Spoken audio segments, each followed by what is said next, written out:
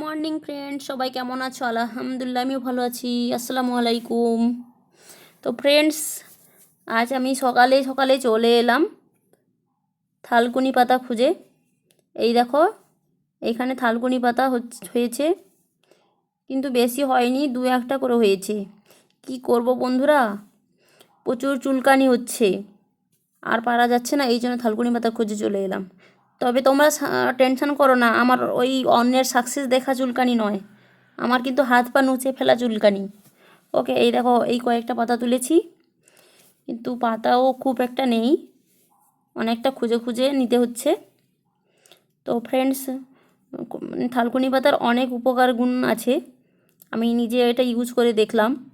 আগে তো আমি অনেক খেতাম সকালে খালি পেটে, তো এখন আর অতটা খাই না, কিন্তু এখন বিপদে পড়ে খুঁজে এসেছি। ডাক্তার দেখিয়ে দেখে আমি পেরেশান, তাই ভাবলাম যে ডাক্তারের ওষুধটাও খাবো, সাথে সাথে থালকুনি পাতার একটা ঘরোয়া একটা যে ট্রিটমেন্ট, আয়ুর্বেদিক ট্রিটমেন্ট, সেটাও করব, যাতে এই চুলকানি নামক সমস্যা থেকে মুক্তি পেয়ে যাই হামেশা হামেশা কে লিয়ে। তো দেখো, এখন আমি অনেক খুঁজে খুঁজে এই কয়েকটা থালকুনি পাতা পেয়েছি। তোমরাও যদি কোনো সমস্যায় থেকে থাকো, থালকুনি পাতা খাবে। থালকুনি পাতা অনেক উপকারী একটা পাতা, যেরকম ধরো লিভারের সমস্যা থাকলে থালকুনি পাতা অনেকটা উপকারিতা পাওয়া যায়, আর রক্তের ঘাটতি থাকলে থালকুনি পাতা খেলে অনেকটা সমস্যা সমাধান হয়ে যায়। তো এখন আমি তোমাদের দেখাচ্ছি একটা নতুন ধরনের গাছ। দেখো, এই গাছটা নতুন নয়, এই গাছটা আমি অনেক আগে থেকেই দেখেছি, কিন্তু এই গাছে কত ফল হয়েছে দেখো। এই ফলগুলো আমি নতুন দেখছি, এই টাইপের ফল হয় আমি জানতাম না। তো তোমরা এই গাছটা কী নামে জানো তোমরা বলবে, আমি এই গাছটার নাম জানি না, এটা কী গাছ। তো তোমরা যদি জেনে থাকো এই গাছের নামটা কী, তোমরা বলবে। আল্লাহ তাআলা যে কত কিছু সৃষ্টি করেছেন, কত রং বেরঙ্গি মানুষ, রং বেরঙ্গি গাছ, পশু পাখি, সব কিছু রং বেরঙ্গি, একমাত্র আল্লাহই সৃষ্টি করতে পারেন। বিভিন্ন মতামতের, কালো ফর্সা রকমারি, সুবহান আল্লাহ। এটা হচ্ছে ভাঁট গাছ, এই ভাঁট গাছটা আমি জানি, কিন্তু আর এটা দেখো, এটা হচ্ছে অরগাঁঠার গাছ। আর এই অরগাঁঠার গাছ অনেক উপকারীও একদিক দিয়ে, আর একদিক দিয়ে একটা মহা বিষাক্ত জিনিস একটা। এই অরগাঁঠাটা আমরা কি কাজে লাগাই জানো? আমরা প্রায় সবাই বাড়িতে বিড়াল পুষি, কিন্তু সবাই কি মেডিকেল ট্রিটমেন্ট নিই না। তো ওই সব বিড়ালেরা কী করে, পায়ের কাছে, বেশিরভাগ বিড়ালরা পায়ের মানুষ যখন হাঁটাচলা করে পায়ের কাছে এসে খেলাধুলা করে, আর ওই পায়ে এসে আঁপড়েও দিয়ে যায়, রক্তাক্তও করে যায়। আর আমরা এখন সবাই তো আমরা ট্রিটমেন্ট নিই না, ভ্যাকসিন প্রায়ই কেউ নেয় না। তো এটা ভ্যাকসিন তো সব থেকে আগে নেওয়া উচিত, একদম হেলামি করা যাবে না, খুবই বিষাক্ত জিনিস। বিড়ালের বিষটা হচ্ছে খুবই বিষাক্ত।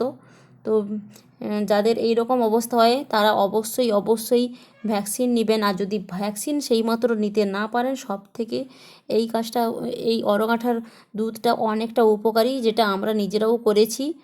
তো এই অরগাঁঠার দুধ বের করে যে জায়গায় আঁপড়ে দিবে, ওই আঁপড়ানো জায়গাটাকে ভালো করে ধুয়ে দিয়ে ওইখানে একটু পরিমাণ ওই দুধ ছেড়ে দিতে হবে ওই আঁপড়ানো জায়গাটাতেই, ঠিক আছে? আর একদিন পরে আমরা কি করি, আমরা যেটা খেয়েছি ট্রিটমেন্ট নিয়েছি, একদিন পরে আমরা ওই কাঁচা গরুর দুধে 3 ফোঁটা অরগাঁঠার দুধ ছেড়ে খালি পেটে আমরা পান করেছি। তো আমি সবাইকে রিকোয়েস্ট করব, তোমাদের যদি এইরকম কোনো সমস্যা হয়ে থাকে, তোমরা খেয়ে নিবে না, তোমরা ওই জায়গাটাতে লাগিয়ে নিবে, অনেকটা উপকার পেয়ে যাবে।